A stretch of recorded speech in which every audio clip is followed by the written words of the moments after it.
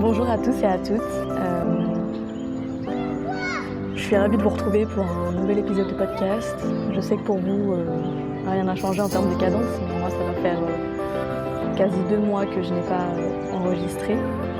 Car généralement quand j'enregistre plusieurs épisodes d'un coup, je les monte et après je me coupe des podcasts pendant un petit moment. Et là je suis de nouveau dans le flow de création et ça me fait très plaisir de reprendre du service. Donc j'espère que vous m'entendez bien. On est en octobre, je suis à Bordeaux, il y a un ciel bleu sans aucun nuage, c'est magnifique, un énorme soleil. Donc voilà, je profite du soleil dehors, dans un parc où je pense toute la ville fait de même, donc il y aura du bruit environnant, j'espère que ça ne vous dérangera pas pour l'écoute de cet épisode. Aujourd'hui je vais vous parler d'activité physique et de mode de vie. Avant de commencer, j'aimerais déjà faire un contexte par rapport à ma perception des choses. Donc j'ai fait 5 ans d'études. Je suis allée jusqu'au master. Mes journées étaient rythmées sur un principe de 9-17, assis à une table, à devoir me concentrer, écouter, prendre des notes et apprendre. Suite à ça, j'en pouvais plus. Ça ne m'a jamais trop... ça ne me correspondait pas en fait, depuis toujours. Je suis donc partie voyager. J'ai voyagé pendant presque 2 ans. Donc j'ai été mobile, j'ai été nomade, j'ai été tout le temps en sac à dos, à marcher, à vagabonder, à porter des charges. Et au mois d'août, comme vous le savez, je pense pour la plupart, j'ai fait Saint-Jacques-de-Compostelle, du moins une partie du chemin. Avant de reprendre la vie sédentaire avec un nouvel emploi où je fais du 9h-17h assise à un bureau derrière un écran. J'ai vraiment senti le changement dans mon corps et également sur mon mental. Donc aujourd'hui, je voudrais vous parler de ça, de la différence entre être sédentaire et l'inactivité physique. Donc avoir un comportement sédentaire, c'est avoir une dépense énergétique faible et en position assise ou allongée. Donc bien sûr, on ne comprend pas le sommeil là-dedans parce que tout le monde a besoin de dormir et nos journées sont rythmées avec nos heures de sommeil en repos et donc ça, c'est complètement normal. À la différence, l'inactivité physique, c'est la durée, la fréquence et un niveau d'activité physique inférieur au seuil recommandé. Alors ce seuil, quel est-il ? Il est de 150 minutes d'activité modérée par semaine par adulte. L'activité modérée, donc c'est tout ce qui va être hors intensité très forte. Hors, je ne sais pas, grosse séance de crossfit, séance de cardio d'1 heure, j'en sais rien. Voilà. Dans tous les cas, je vous mets une fiche de recommandation qui vient de Sport Gouvernement dans la bio de cet épisode. D'après le docteur Jean-Philippe Chaput, qui est un chercheur de l'Institut de recherche du Centre hospitalier pour enfants de l'Est de l'Ontario, c'est un nom très, très long à prononcer, toutes les personnes qui sont assises plusieurs heures par jour sont définies comme sédentaires, même si elles sont physiquement actives à d'autres moments de la journée ou de la semaine. Et à contrario, les personnes inactives ne sont pas forcément sédentaires. Je trouve que la nuance est très importante à comprendre. Ce n'est pas parce que vous allez faire 1 à 2 heures de sport après votre journée de travail assis au bureau que vous n'êtes pas sédentaire. Alors bien sûr, je ne dis pas ça pour pointer quelqu'un du doigt du tout. Je me compte dans cette case-là également. Je suis assise à mon bureau toute la journée et le soir, je vais compenser en faisant du sport. Compenser pour me faire du bien, pour bouger, pour faire du bien à mon mental, mais ça ne change en rien ma condition, mon mode de vie, qui est donc sédentaire, à mon plus grand malheur. Et du coup, on est une grande majorité dans ce monde à être sédentaire, mine de rien. Parce qu'on est beaucoup à avoir un emploi derrière un bureau.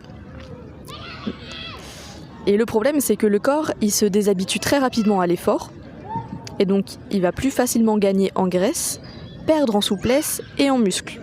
Il y a même un manque de motivation qui peut alors surgir, qui crée une souffrance encore plus grande. Cette fois, une souffrance mentale en plus d'une souffrance déjà physique qui peut être présente chez certaines personnes. Tout ça, c'est particulièrement dangereux et présent chez les personnes seniors, chez les personnes âgées.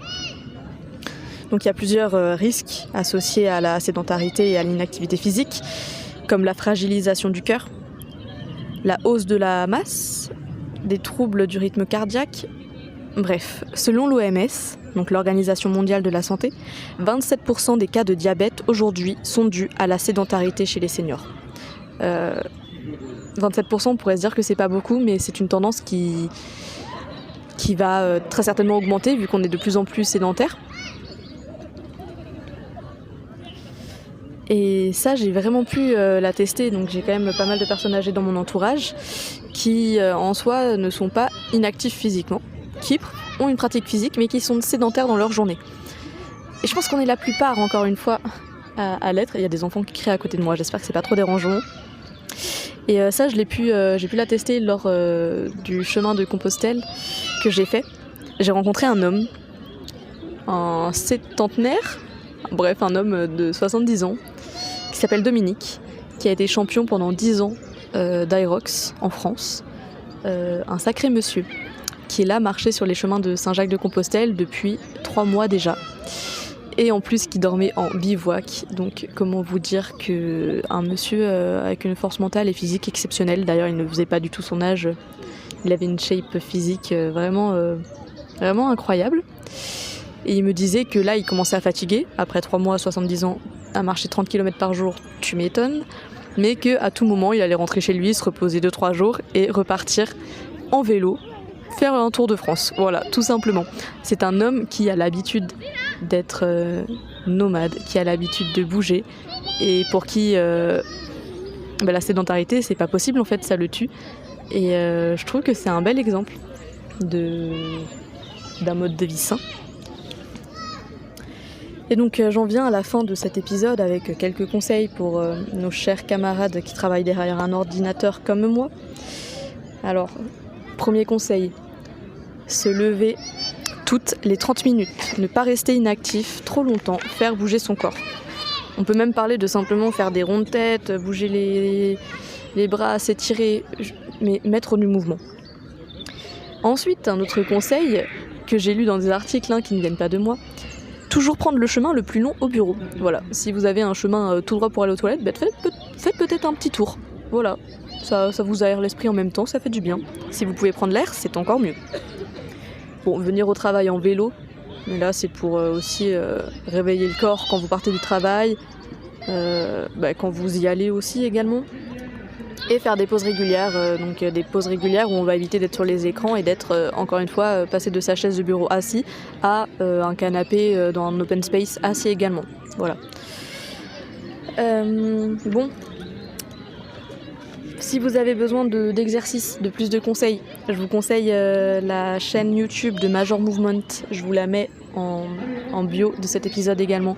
Voilà, c'est un kiné qui a une vision très complète du corps, qui le mêle également à l'esprit, qui a des années d'expérience, qui s'instruit en permanence sur plein de domaines complémentaires à la kiné et qui du coup je trouve propose du contenu très qualitatif avec des exercices adaptés à toute personne, des exercices de mobilité pour les personnes qui ont mal au dos, qui ont mal aux jambes, bref, c'est très complet, je vous conseille d'aller voir sa chaîne YouTube.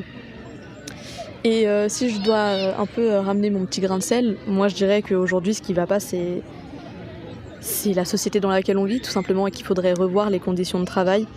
Moi je suis pour la semaine à 4 jours, je suis également pour des horaires beaucoup plus flexibles, des journées plus courtes pour pouvoir permettre au corps de vivre en fait tout simplement. Je fais un petit aparté sur ma vie personnelle mais depuis que j'ai connu le voyage et l'activité physique, enfin pas l'activité physique mais le fait d'être nomade, j'ai énormément de mal à être sédentaire. Honnêtement ça me tue à petit feu. Et je commence à développer des problèmes physiques, corporels à cause de ça. Ce qui m'inquiète et qui me fait me remettre en question parce que je me dis merde, j'aime en soi travailler avec un ordi, pas toute une journée, parce que au bout d'un moment mon esprit il en peut plus, on n'est pas fait pour être sur des écrans toute une journée. Mais j'aime quand même ça, j'aime le travail que je fais actuellement, mais je peux pas me projeter dans ce travail à long terme dans ces conditions-là. Donc je me pose des questions sur qu'est-ce qui serait le mieux pour moi. À un mi-temps, très certainement. Mais si le salaire ne suit pas, le mi-temps, ça va 2 minutes quoi. Voilà, c'était mes petites pensées du jour sur l'activité physique et les modes de vie. J'espère que ça vous aura plu. N'hésitez pas à liker, à partager, à laisser un petit commentaire si ça vous fait plaisir. N'oubliez pas que ce podcast est disponible sur toutes les plateformes de podcast. Je vous souhaite une belle journée, une belle soirée, une belle matinée. Je vous dis à très bientôt.